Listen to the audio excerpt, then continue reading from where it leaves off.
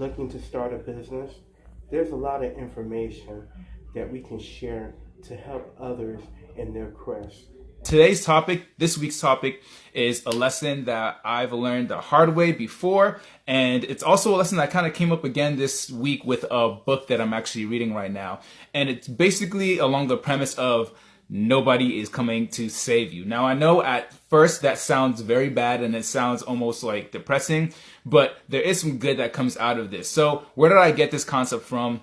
And how did I kind of come about this? Well, so for me personally, I learned this shortly after like graduating college, right? So after graduating college, you're kind of in this weird period where you're trying to figure out what to do, whether you're, going to go to work, whether you're going to school, or you might just be trying to figure out what you're doing career-wise and you're just in general, right? Because a lot of people don't know that. They go in undecided and they come out undecided, right? So you're in this phase in your life where you're like, what am I going to do with my life, right? And it can go two or many ways, but a lot of people, me included, what I ended up doing was I ended up taking a part-time job and trying to go and apply to schools because I was doing medical school at the time. And it happened, there was a point in time where a lot of things were just going wrong. I left my job because I was starting school, my car got in an accident, health issues started coming up, all this stuff was happening. And I had this realization one day where it was like, I have to get myself out of this situation, right? Nobody is going to come save me, right? Because it's different from being in, you're not like a kid anymore where you just have to rely on other people. I mean, obviously you have, hopefully you have family and parents that can rely on you, but at the end of the day, no one's going to live your life for you, right? So this is something that I had to kind of realize and, pick myself up by the basically and say, look, if I want to accomplish anything, if I want to go and achieve something, whatever that is, I have to be the one to go do that. I have to be the one to go put that into action, put that in motion. And so this week I'm actually reading a book. It's called Extreme Ownership. I forgot the names of the authors, but they're basically these two military guys, two Navy SEALs, and they throughout the book they talk about different experiences that they kind of faced while they were in the military, serving in Iraq and Afghanistan, and how it basically translated to when they came back home and in regular civilian life, as well as also in business as well.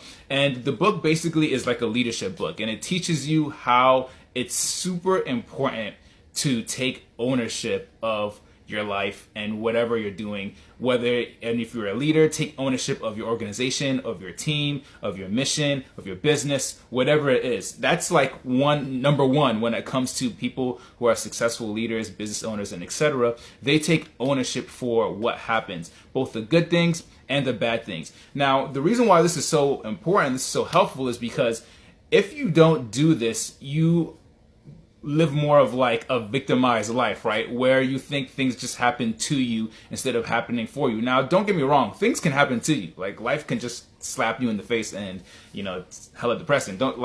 Trust me, it happens. It happens to everybody and it happens to a lot of people. But sometimes we can't necessarily control what happens to us, but we can control what we do about that. We can control about how we move forward from that particular situation. So, taking ownership of what we're doing, taking ownership of our lives, it helps us to, one, get rid of excuses. It helps us to not live a life that's full of excuses and not live a life that's full of regret. Because I don't know about you guys, but that's literally one of the worst things that I fear, is living a life of regret, where you look back and you wonder, what if you could have done this? What if you should have done that? And all that kind of stuff. But taking ownership of your life right now and in whatever area it is, it helps you to make sure that you are living the best life that you can live, right?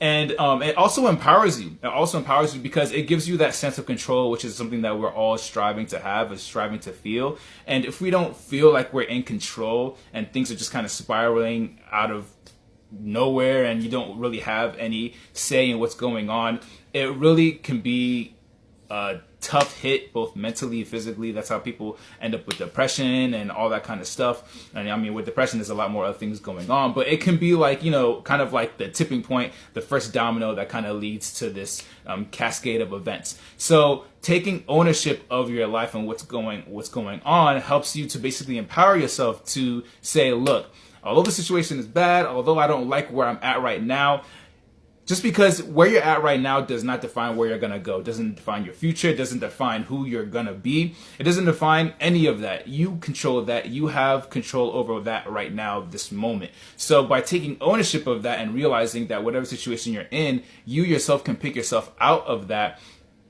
is very helpful. It also, it's motivating, and it gives you that confidence that you need. I'm not saying that, can you do it by yourself? I'm not saying that we should go do it by ourselves. Obviously, we need help from other people and all that kind of stuff. But it starts with us. It starts with me and you.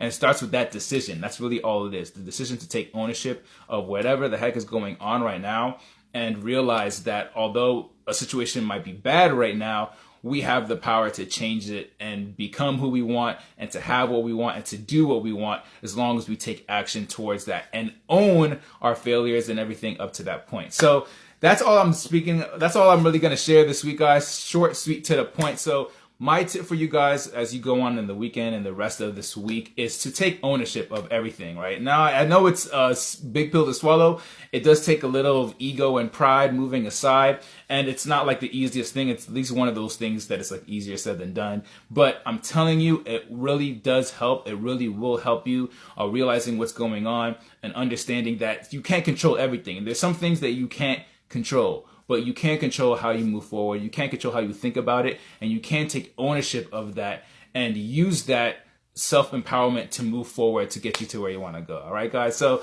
thank you all for watching, man. I appreciate you. If you're just joining in or tuning in, go back and watch the beginning of this. This is really good stuff. I will catch you guys on the next video. You guys have an amazing weekend. Peace, my friends.